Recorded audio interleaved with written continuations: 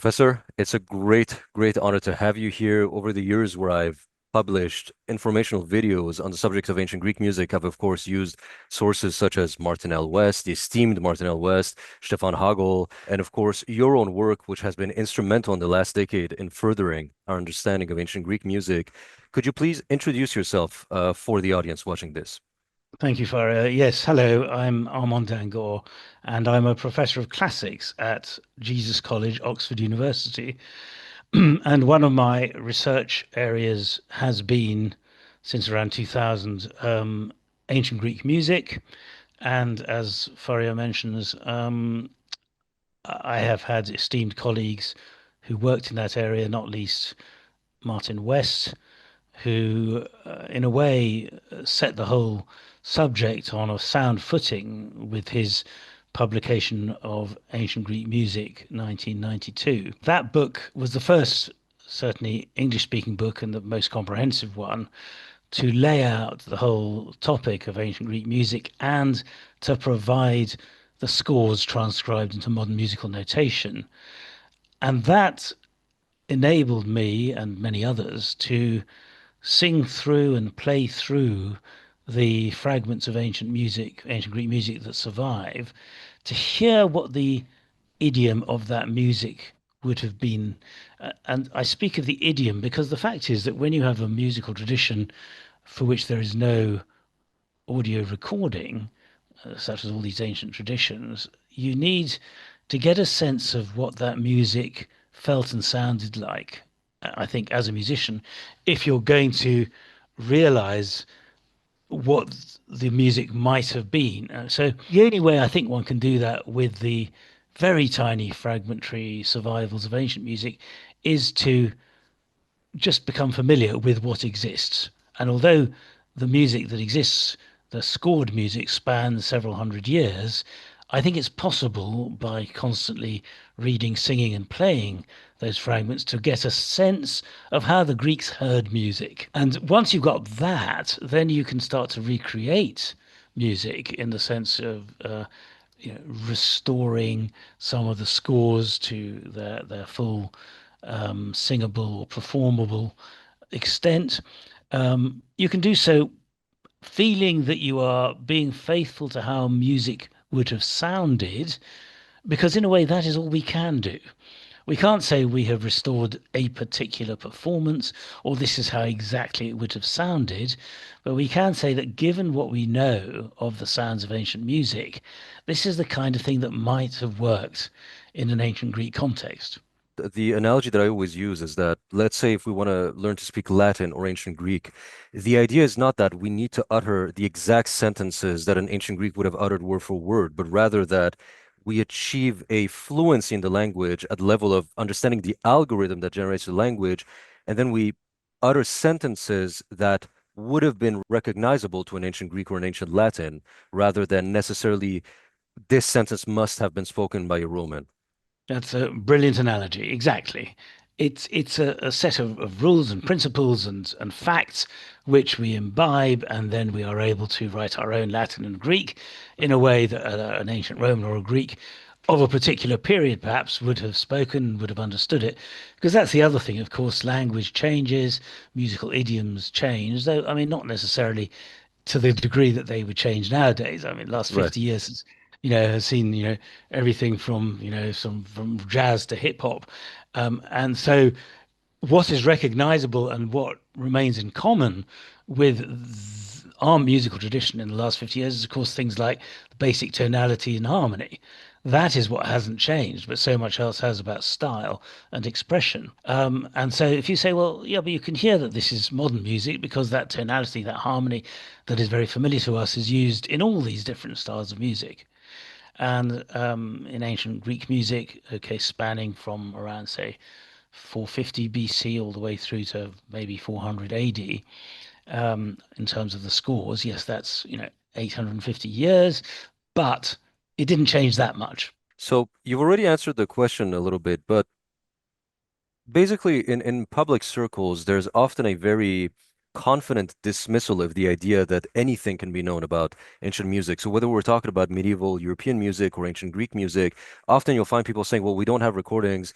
The music is entirely lost. We don't know anything. What would your response to that be? How can we ascertain that, in fact, we do know at least some things about the ancient Greek tradition?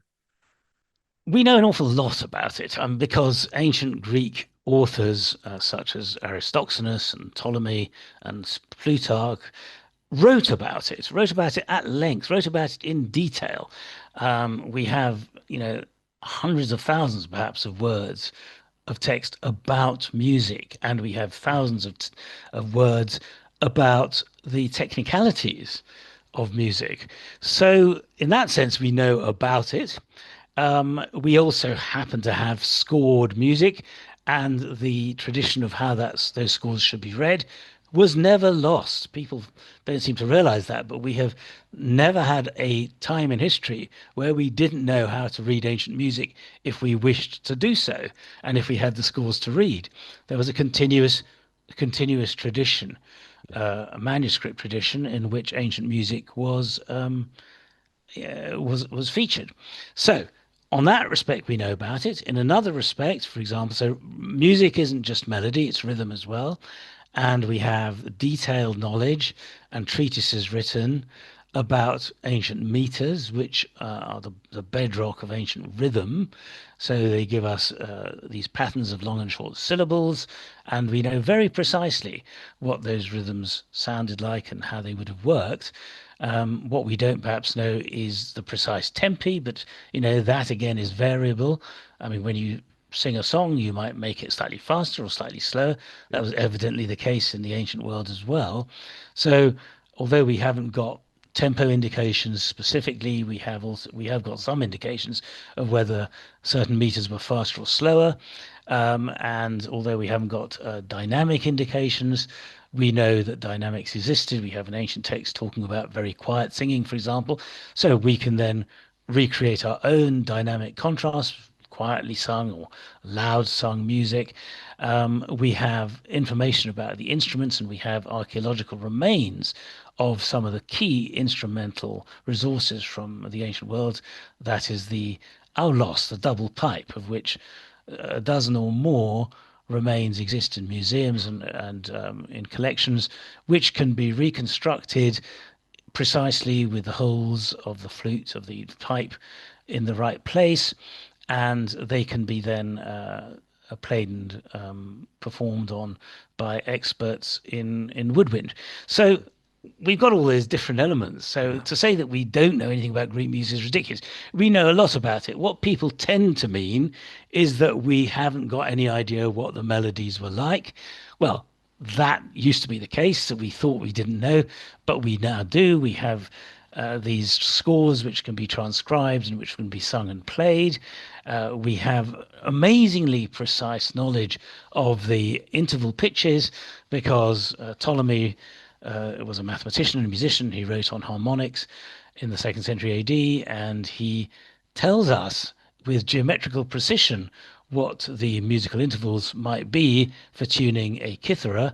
So he had an eight-stringed instrument on which he tuned strings by moving the bridges, and he tells us what the geometrical divisions are between the two sides of the bridge, and we can reconstruct an eight-stringed lyre or a big lyre called a kithara with that tuning and then pluck it and go dum, bum, bum, bum, bum, bum. That's what the strings actually sounded like according to Ptolemy. So all of that is very accurate and gives us a lot of information about the sounds of the ancient musical traditions. Yeah, something that I found very refreshing was watching this extremely popular video that you've posted about the process of reconstructing some ancient pieces of Greek music. Of course, I'll post a link in the pinned comment in the description for our audience. Was that there's a part where you say that people believe music is lost, but no, as you said, we have the rhythm, we have the compositions, and I just found that so refreshing because I think it's at a psychological level, it's very easy to come across as wise by saying, "Oh, we will never know." It just it just at a surface level seems far more careful. And I think when one says, well, we can actually put on a performance of ancient Greek music, it's easy to come across like a mad scientist that's maybe, in love with their own theories and everything. But I've always warned that, to be skeptical to the level of denying data is just as unscientific as the opposite.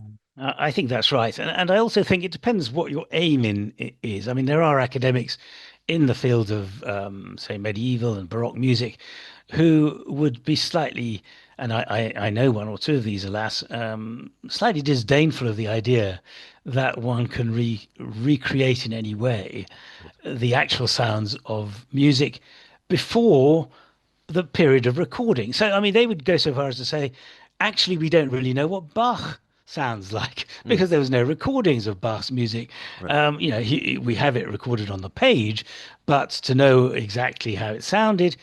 But to me, that is a meaningless and nonsensical way of thinking about these things because we're not talking about exactly how it sounded. That is the point I'm trying to make. We're saying, given the indications, so in the case of Bach or in the case of medieval music, given the indications of the notes and their intervals and their shapes and their sounds and the instruments and the voices, we can make a justifiable recreation. We can make a feasible recreation that wouldn't perhaps be vastly dissimilar to how it was performed in its time, even if we fully accept that the ears which received it in that time would not have been our ears, so they would have heard it differently.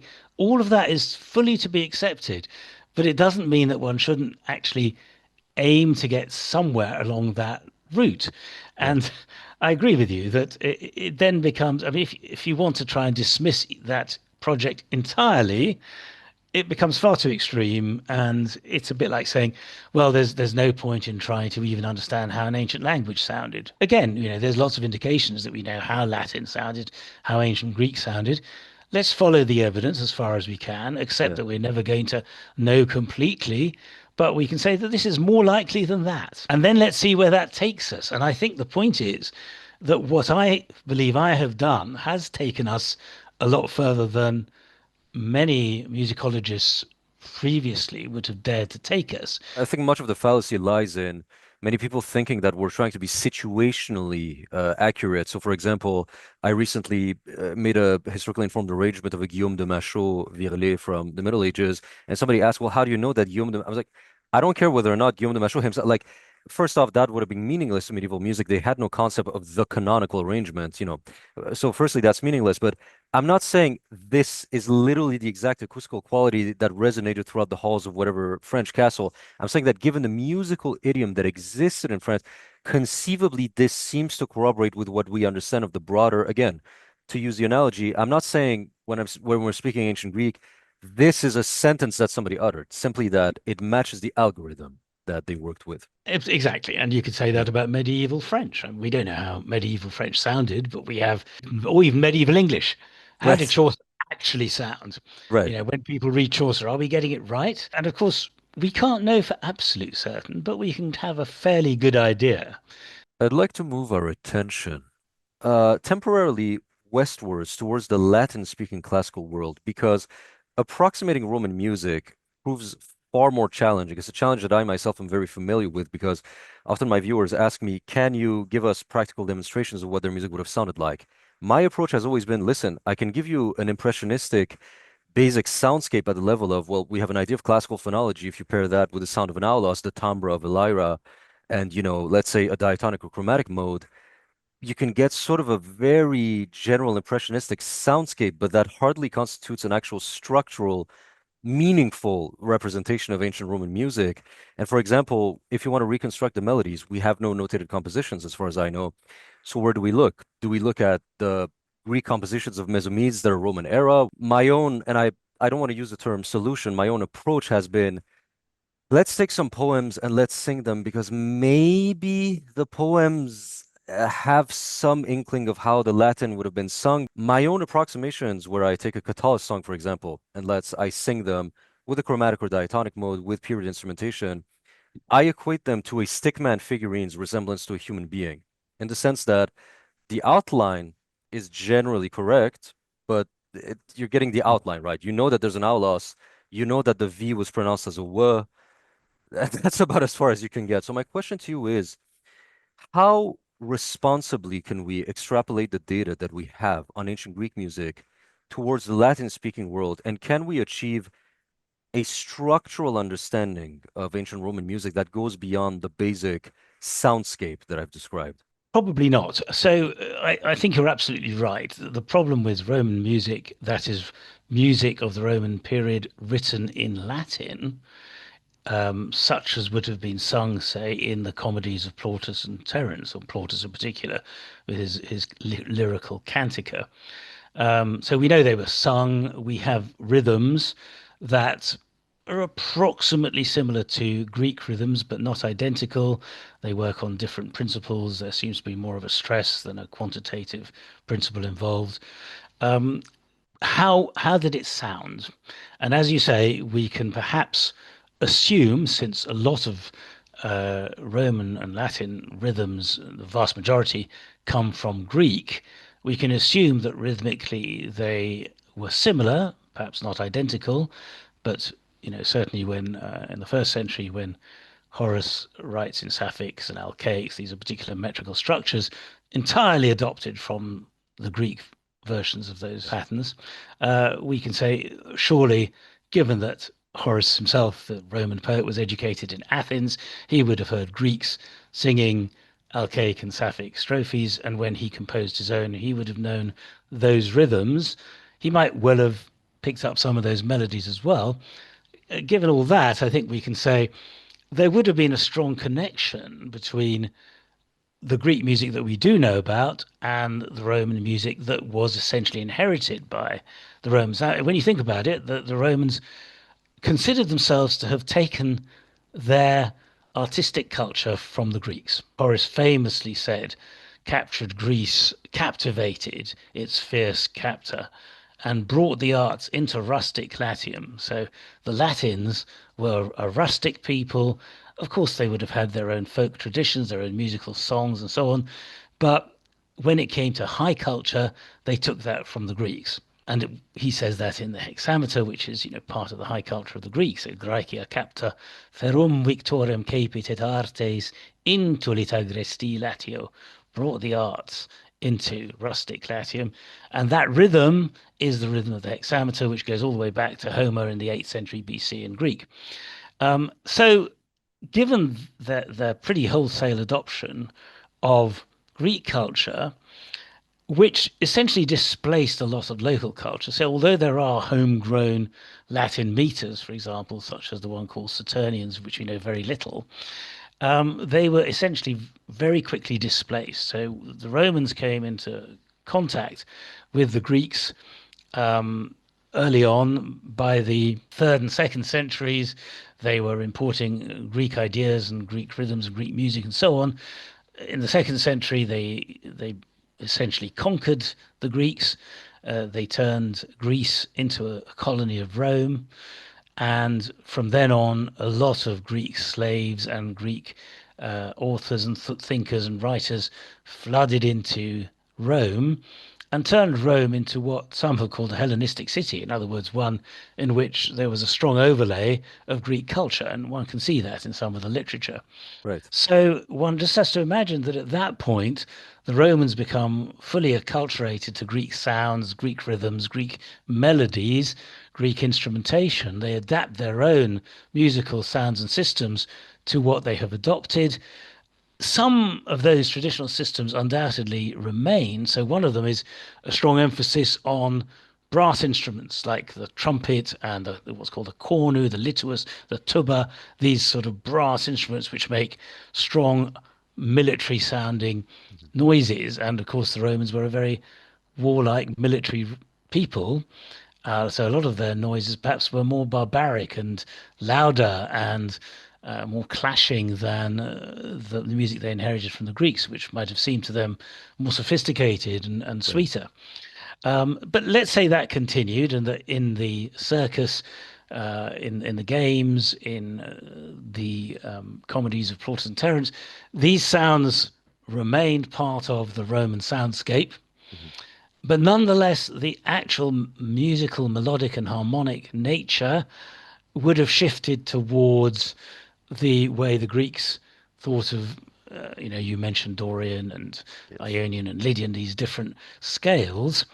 That's inevitably what would have happened in the way that, say, folk music in Western countries has quickly, unfortunately, perhaps adapted to the standard harmonic system Right. of Western music. When you hear Greensleeves, which would have been sung in Tudor times, it Right. has that wonderful modal feel.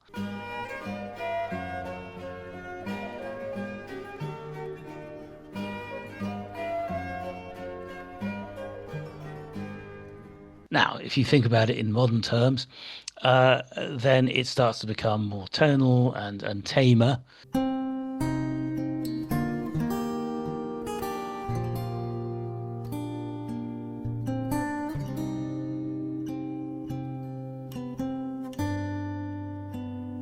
And I think you're absolutely right to bring in Messamides.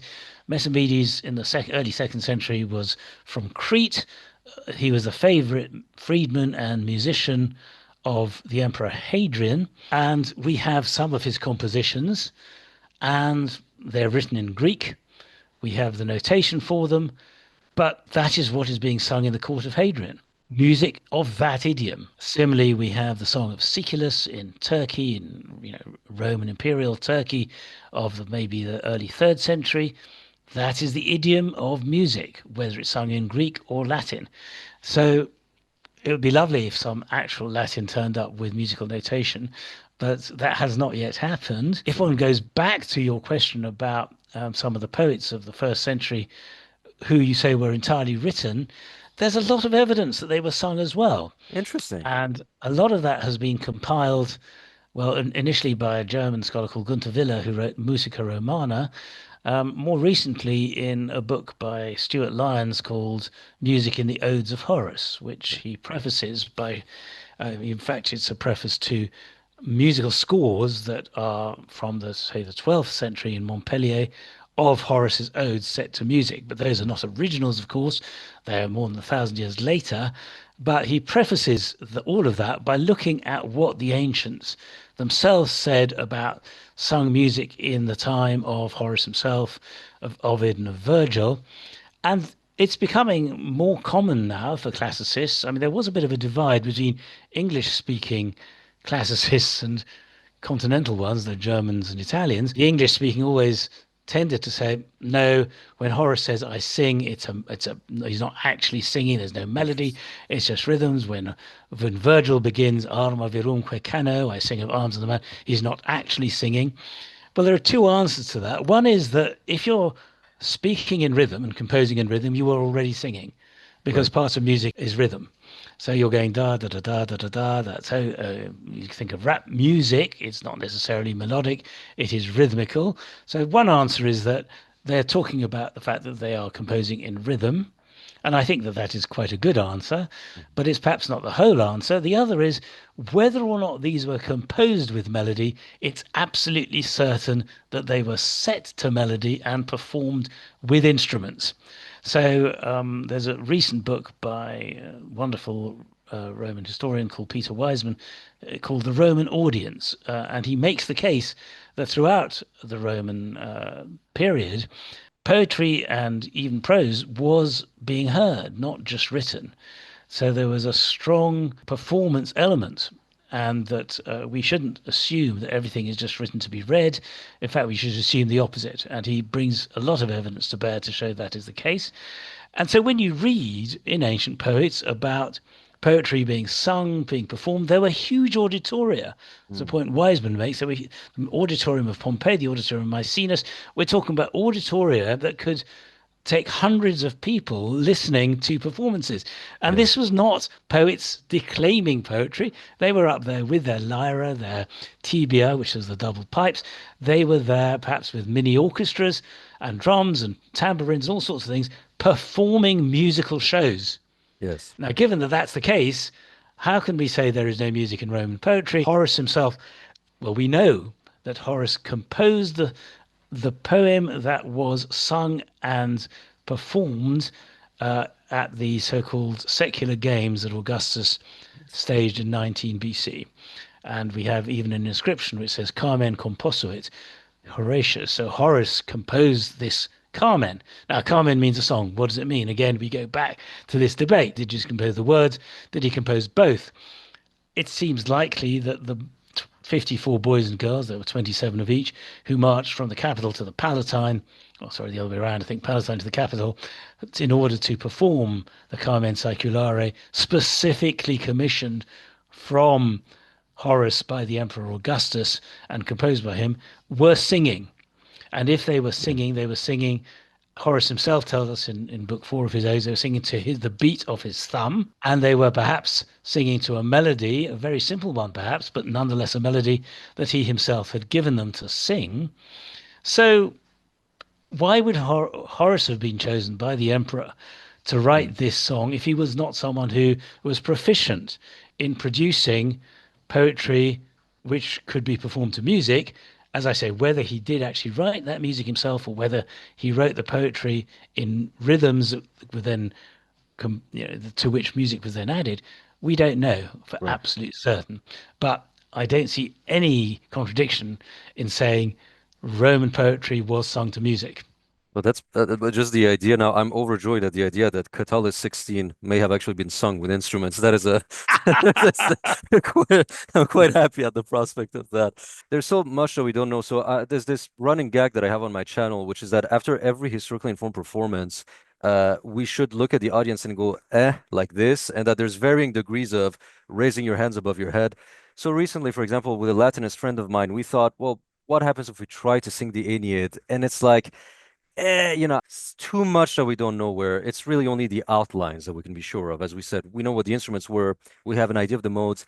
How the modes were necessarily used, there's different melodic patterns. I mean, nowadays, Epirus doesn't have the same traditional music as Thessaly. So the regional differences would have still been immense, unfortunately. I completely agree with all of that, and I pleased you bring up Epirus because they have a musical tradition which is remarkably close in some ways to the ancient Greek tradition. I think we can learn a lot from these local traditions. But as you say, I mean, there are local traditions. There were local traditions in the ancient world.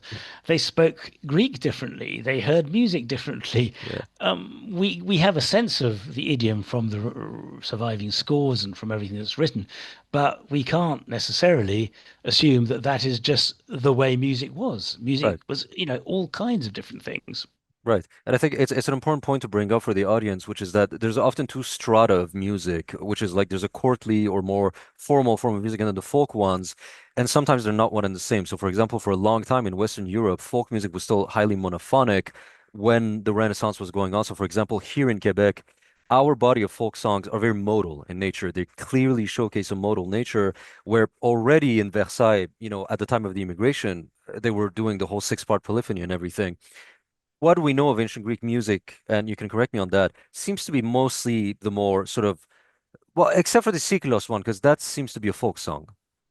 Oh, no, inevitably, or what we Yeah, know of ancient music is what you might call the formal or the elite music. right, In terms of its compositional structure, now, I mean, the Siklos is a highly sophisticated piece of composition. right. So, although it's a four-line ditty, it follows the pitch accents of the Greek language now. So Greek had natural pitches. The voice went up, we're told, within the compass of a fifth bar bum when you had an acute accent. Mhm. So if you had a word like good, agathos, your voice went up on the last syllable. It's the one which has the accent on it in ancient Greek. So that was not a stress accent as it is in modern Greek, where you say agathos. It was agathos up. And it could even have been that the stress was on the first element, agathos, and your voice went up in pitch on the last. But that then is followed very precisely by the composer of the Siculus song, which is just a four-line ditty. And so it's very clever. I mean, when he says, "Don't be depressed" in Greek, "lupou," ooh. Now they said What's that? lupou. They had a circumflex, and then life is for a short time. Life is tozine, and so the voice goes up and down, and he sets it to music in that way. So there's that, but there's more, and this is something that I I'm quite excited to speak about it because you find it in the earliest of Greek music, which goes back 6 centuries before Sikilos. But in the Sikilos, if you think about it, it says, "While you live, shine bright," and that's high up in the pitch register of the music. Da dum da da da da dum. This is "Don't let anything depress you." Da da da dum. The word "depress" is the first time it goes down. Da da depress. Right. Then it says, "We don't have life all along." So it moves fast when it says we don't have life for long. It's for a short time. Interesting. So you have these short chronoi, time Right. elements. Da da da da da da da da. We don't have life all along, my friend. To all our plans, time decrees an end. When it comes to the end, it falls dejectedly. Now, what's happening there is that the music, the melody is imitating the sentiment. When it's bright, it's high. When it's dejected, it's falling. Da da da, depressed. Now, that is an idiomatic peculiarity of Western music. You don't find Yeah. it in all traditions. Just because it's sad, it doesn't mean it goes down. Just because it's happy, it doesn't mean it goes up. But it does in Western music. That's how Yeah. we think. When it speeds up, it tends to be excitable. That's not the case with an Indian rag. It can be very fast, but it can be sad and melancholy.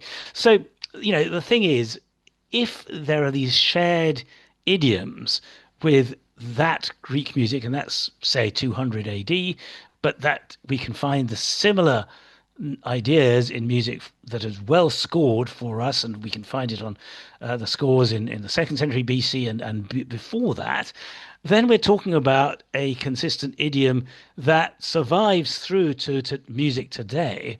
And I think that's a very exciting thing. I also think it's really interesting this mimetic aspect of ancient Greek Mm, music because I always tell people that look, most world and traditional music is not soundtrack music. So I'm from the Iranian musical tradition originally. I mean, yeah, our folk songs in northern Iran, whether it's a love song or war song, there's no like thought. nothing Yeah, they all sound the same. I mean, mimetic. right? It's not mimetic, but it's very interesting that Greek music, down to what the words mean, Mm. really cared about that.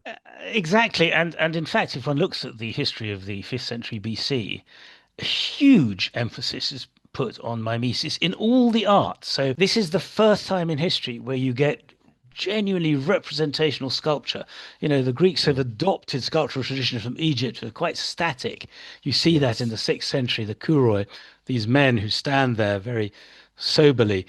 And then you get this incredible movement in the statues of the man who throws the discus, the Discobolus by Right. Myron, for example, the Critias boy, all these famous mid to late 5th century sculptures. And what is the aim? We have it all written for us in the history books.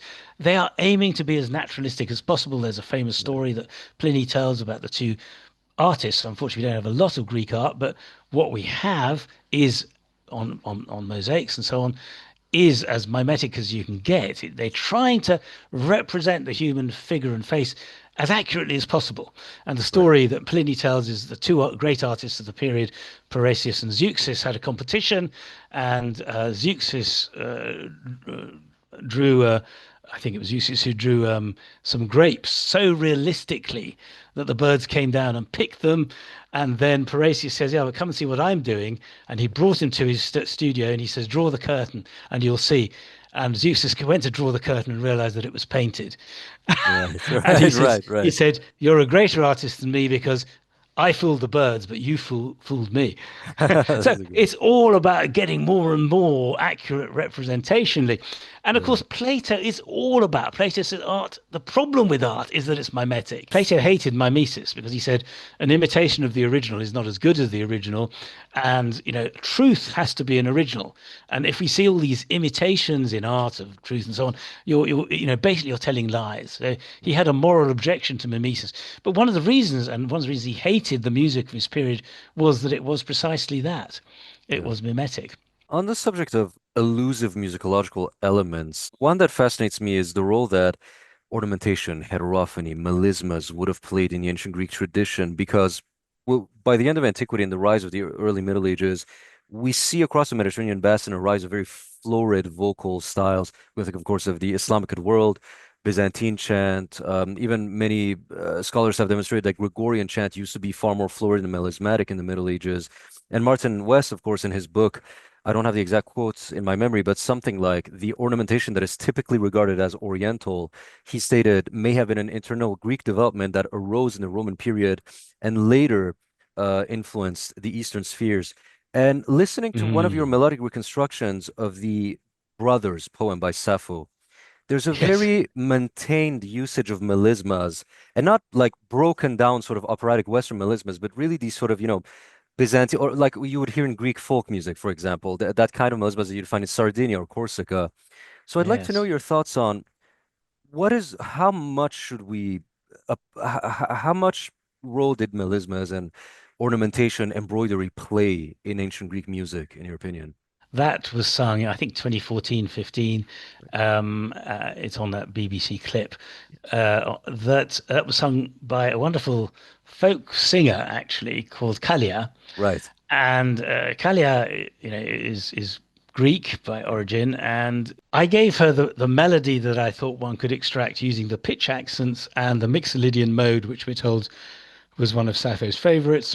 And I said, look, this is what the notes might have been and how they might have been arranged.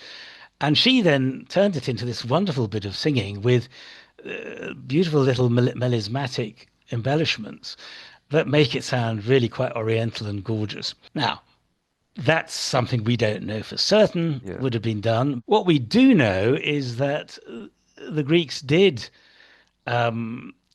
start to embellish with melismata, with with these ornamentations, certainly in the 5th century BC. Mhm. And one of the key bits of evidence is the kind of avant-garde music of the dramatist Euripides, who is parodied and made fun of by the comic poet Aristophanes, who's Yeah. a contemporary and a rival, and he makes fun of the fact that when Euripides uses the word wind in Greek, which in Greek is eilisso, he had it sung so that the A bit wound. Hey. So we only know that because we have a text which Aristophanes is parodying him, and he writes a lisso. Now we don't know how it was. Martin West said it was just a melisma on that single note. Hey lisso. I think perhaps it was an extended melisma Mhm. because how do you get seven A's into one single beat? Right. But either way, it clearly was something that the mimetic sensibility of Euripides clung on to. In other words, Euripides, we know from what we're told about him and from what the surviving bits of papyrus tell us, Yeah. was keen on letting the music imitate the feeling of the words. So if he had the word to wind, he'd make sure that it Right. wound around. And so he was bound to emphasize the idea of it being winding around and round Right. for that particular word. So, yeah, I mean, that's just one example. There are a few others that we think we can see in the text. But remember, we don't necessarily have the scores that give us precise indications of such melismata. I'm sure that that is exactly one way in which, I mean, I'm personally sure I can't point to evidence, it was a way in which the music tended to develop, and that there indeed is a stream of tradition which leads to Middle Eastern music, that leads to Byzantine chant, that perhaps leads to Gregorian chant. I think there are many different streams into which the ancient Greek musical tradition diverged. There isn't a single tradition from which it diverged. As you've said, there were loads of different traditions, local traditions. Yeah. There was a basic kind of idiom, which was essentially a tonal one. But nonetheless, from all of that, you have 1,000 years of the Roman Empire, because this is something people seem to ignore because we don't have Roman music. What was happening to European music during the period after the decline of the Greek world and the rise of the Roman world and the spread of the Roman Empire? The Romans had inherited all this Greek music and rhythm and so on. It had spread into the different areas of the Roman imperial world, and we see little bits of it in Mesomedes and in Sikelos and so on. But inevitably, it spread all around and it developed and it changed, but it's still there at the basis. It didn't disappear when Gregorian chant, psalmody as it's known, came from Hebrew liturgy, supposedly. So when I was at music college, this is what we were told. This is where Western music begins, when Hebrew liturgy is brought over by the Gregorian monks, and then there's a straight line from there. But the idea that that's where our musical tradition in the West has to begin is an absurdity because there's Yeah. a whole geographical area, there's a whole cultural area where music has survived in some form or other, and they weren't going to simply adopt a whole new idiom from Near Eastern psalmody and say this is now what music is. There may well have been lots of cross-cultural influences, of which that was one. But European music is there and it goes back to Greek music and Roman music and it survives over the early centuries of the first millennium. To me, the idea that the Christian chants were entirely inherited from Hebrew, I mean, given the highly syncretic nature I mean, they didn't import the architecture from the, everything was maintained. The idea you want to convert as many people as possible. Music is one of the idea that they wouldn't use the forms of music they previously had. I think at a psychological level, that argument never made sense to me. I think given how syncretic everything else was, Yeah. it's if they, I mean, they kept the same, the architecture was the same, right? There's no Yeah. at a secular level, there was no meaningful big difference between paganism and Christianity. The Hmm. outwards visual expression and cultural expression was often the same for those reasons. Now, moving towards the Orestes piece of music that you Mm. reconstructed, I'm not going to ask you to Mm. repeat yourself. I will link, sort of the process Sure. that you've explained and everything. One thing that I'm interested in is a far more specific thing, which is that the score was incomplete, and so you had to fill in many of the notes and recreate some of the notes. Now, I know that some people's automatic reaction will be, well, then it's meaningless. If it's not exactly the notes that were heard back then it's meaningless at a historical level. Could you explain to such a reaction why an original composition in an ancient style still has a historical validity to it, that it doesn't need to all be the exact same notes that Euripides, if he was the composer, necessarily wrote? Yes. Yeah, Yes. Good. Yes. So one of the things that classical scholars have done for centuries and philology has encouraged is filling in gaps. So we have a lot of papyri of poetry and of prose and so on, which, in particular, poetry, which survives in fragmentary form on papyrus or even on stone. And because we have very precise knowledge of ancient Greek idiom and we're familiar with the precise details of meter, it's possible often to fill in those gaps and then create a whole poem, say. Sometimes it's just one or two letters that need to be filled in, but we know that that's where there's a long syllable, so we'll fill that in. So this is called textual criticism, and textual criticism is practiced on Greek and Latin, papyri largely, and manuscripts, and allows us to read whole poems where there might be fragments. And it's very nice that occasionally what another papyrus turns up, proving that the critical conjecture was correct right. in many cases. Um, of course, there are other cases where scholars have gone over the top, and a papyrus turns up and shows they got it completely wrong. Right, right, So one can't be sure, but a lot of the time, what you're doing is you're reconstructing what's pretty obvious as a restored text. right, Now, that hasn't, on the whole, been done, to my surprise, actually, it wasn't done with musical fragments because, and I say to my surprise, because actually we have all the tools for doing it. So that's Orestes, which, if it were Euripides' original, it would have been sung at the performance of Orestes in Athens in 408 BC.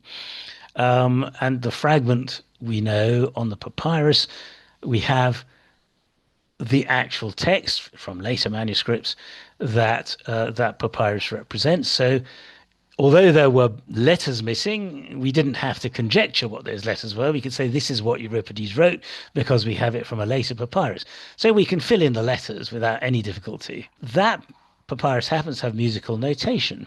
So the question is then, can we fill in the notation, which is in the form of letters, alphabetic letters written above the words of the text in a similarly accurate fashion. So I'd say a couple of things. One is that the existing musical notation tells us what mode this piece was written in. So we can work out that it was written in the Phrygian mode. We know what the notes of that mode are. So let's say the notes of that mode are something like E, F, A, B, C, D. So that is the basic melodic harmonic basis of this whole passage. So we've already got the scale structure. We then ask ourselves, what are the principles by which this piece has been composed? And you can see that the majority of the ups go when the words themselves have a rise. Mhm. So not all of them, but the majority. If, as I was saying, you would have like agathos goes up, then you can see that on the papyrus you've got that conformity of melodic pitch to the pitch accent. So we bear that in mind. And the other principle is mimetic. In other words, it imitates the way the text works. So when it has a dejected opening, which says, I lament, in Greek, katalophyomai, and you can see that that goes down from the third element from the end. It descends in a dejected way. So it's actually representing lamentation, Right. katalophyomai, phyromai. So we've already got those two principles, which we can then apply to the remaining text. And then we also have repeated words. Mm. And my first insight was that there are two words which are repeated. One of them is I beseech, I beseech. The chorus is saying I beseech, I beseech. Kathiketeo mai, kathiketeo. They repeat it. But what we have are the melodic notes for the beginning of that word, and they go up da da da da. And then in the next repetition of the word, we have the melodic notes at a different register, but they're Interesting. going down. Right. So we have da da da da, and then we have da da da.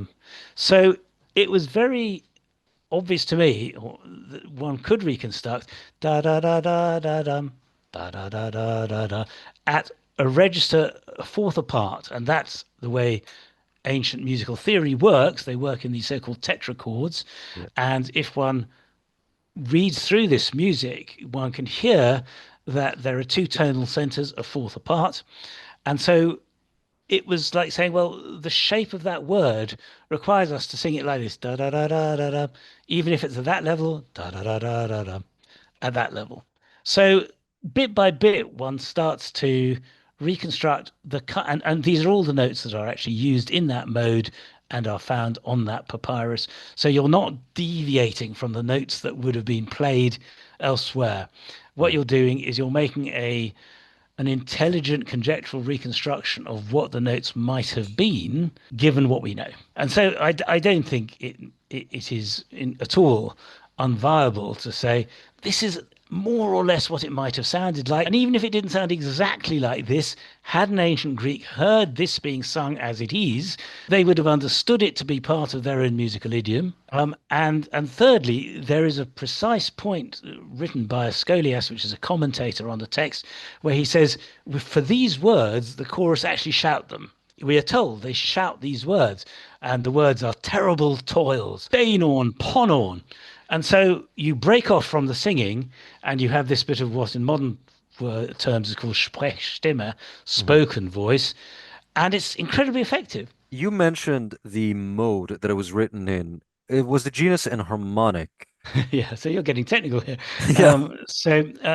Yeah, I mean, the thing is, when music is discovered and we have the notation, it can be in one of two genera, or one of three perhaps. But in this particular case, it was either going to be so-called chromatic, or it was going to be enharmonic. Now, Right. the difference is huge. So it's not as if, although the same notes could indicate both, it doesn't mean you could switch from one to the other. Yeah. If you actually write this in one genus, then in the chromatic genus, it just doesn't make any sense musically. Right. Whereas if you write it in the enharmonic genus, immediately you realize that it has these tonal centers. Right. So we are told, of course, that the tragedy tended to be enharmonic, which uses these smaller intervals, but with those smaller intervals, you're getting something that is genuinely tonal and something that is that works as music. Yeah. If you use the other genus, then you get something that sounds like literally sort of 21st century, Right. atonal music.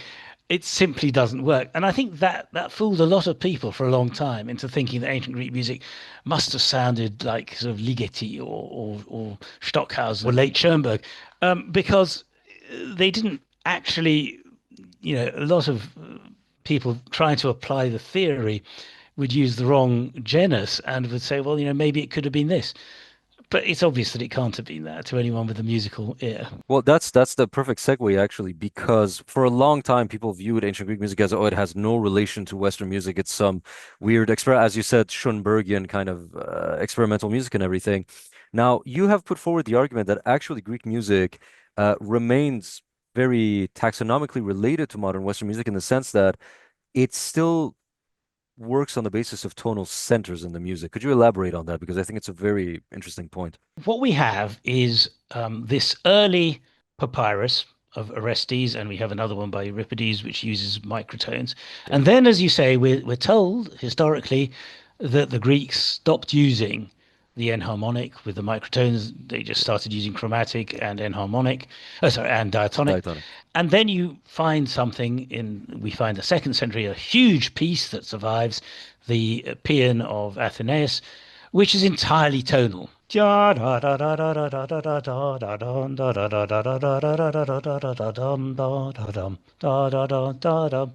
can hear it. Yep, Tonal.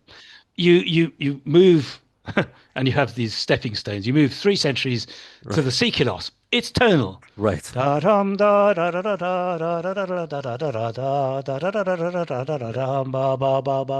Okay, it's coming back to that tonal center. It's returning to that tonal center. And the theory tells us that there is a tonal center, the messe, the middle note Right. of the lyre, uh, around which the other strings can be tuned up to a fifth and down a fourth and so on. So there is nothing out of the way in suggesting that the Greeks had a sense of tonality Yeah, in which there was a tonic of some kind. It doesn't have to be our kind of tonic, right. C major, and that's it, but maybe a center to which the voice or the melody returns in the course of playing out a melodic piece according to a harmonia, which is a set of notes which are thought to make good music, and that is the word for mode. So that's what's happening.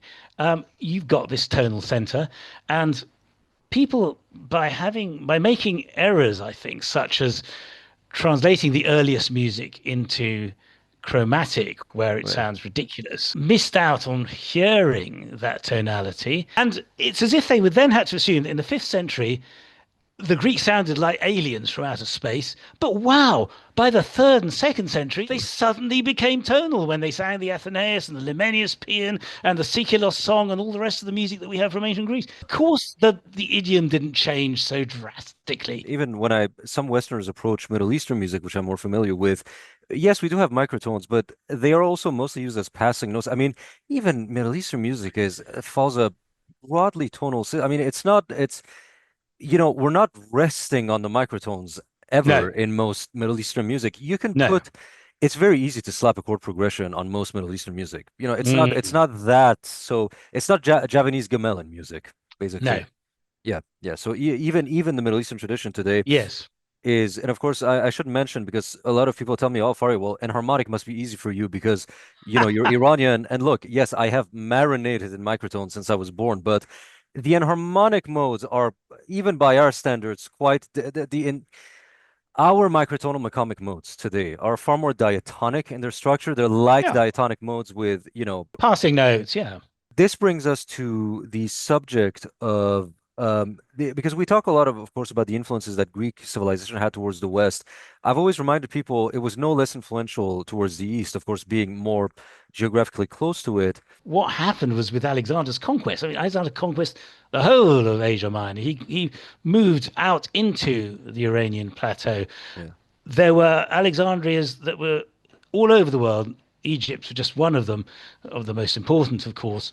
I think there are probably something like more than a dozen different Alexandrias where his veterans settled, where Greeks took their traditions, their Greek traditions, their Greek music, their language, and it became part of local tradition. right, And it was from those traditions that Arabic music developed its maqam. What I know of the maqam system is it's very similar in terms of the way it arranges and disposes of the modal nature of the melody.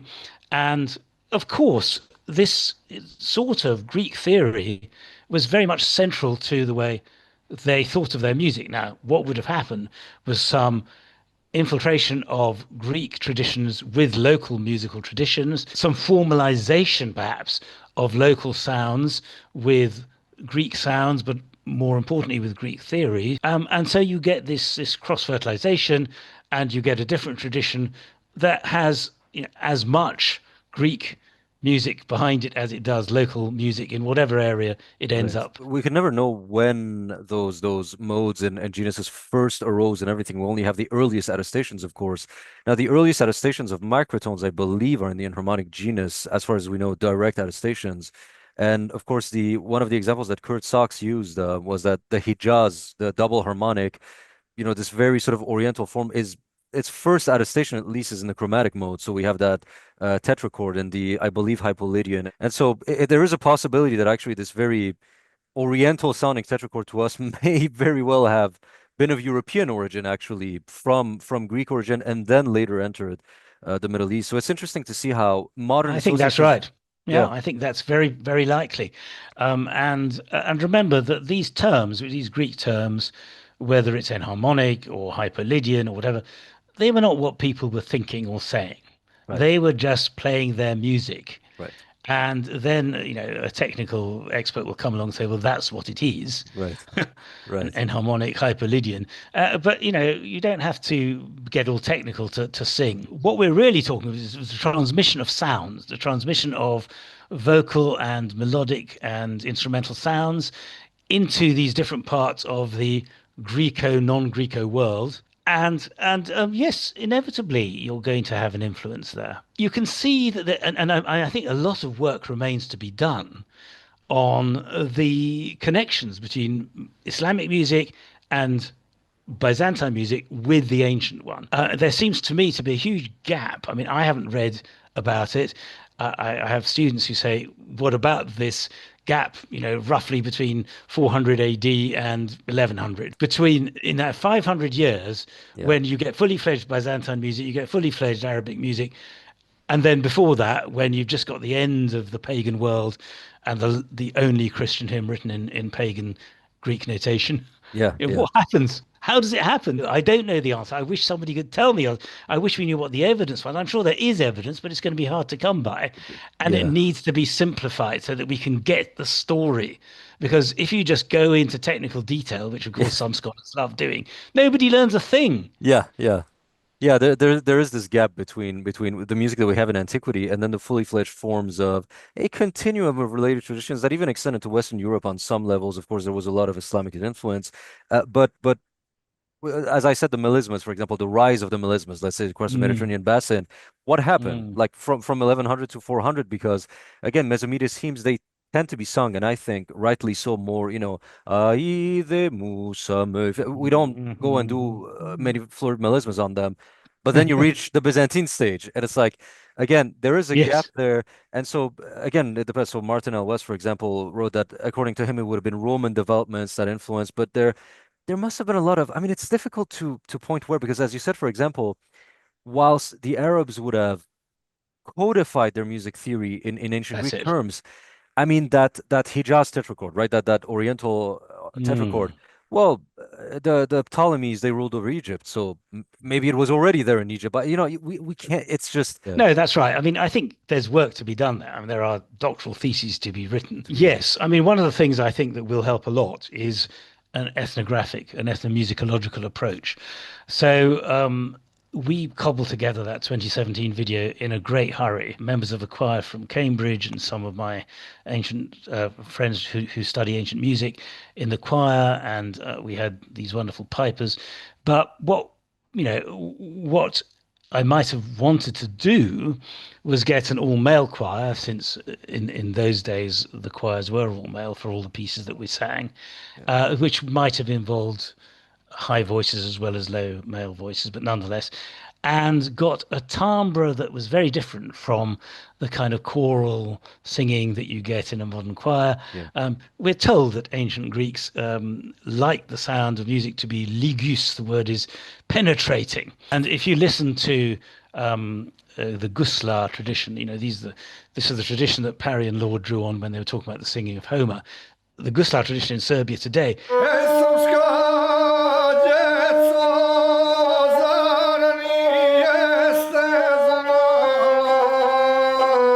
they sing so they really yeah, push the noise out, yeah, and almost the sound of the voice should be like the sound of the aulos, like an oboe, a very sharp oboe instrument. yeah. So that's one thing we could have done differently. I got the Right. timbre right, and the other, of course, is the tuning. Even singing in pure fifths rather than in tempered fifths would make a difference. So you'd have to get people used to singing not in the kind of tempered musical scales that we are now used to, so that it sounds terribly sort of nice and choral like.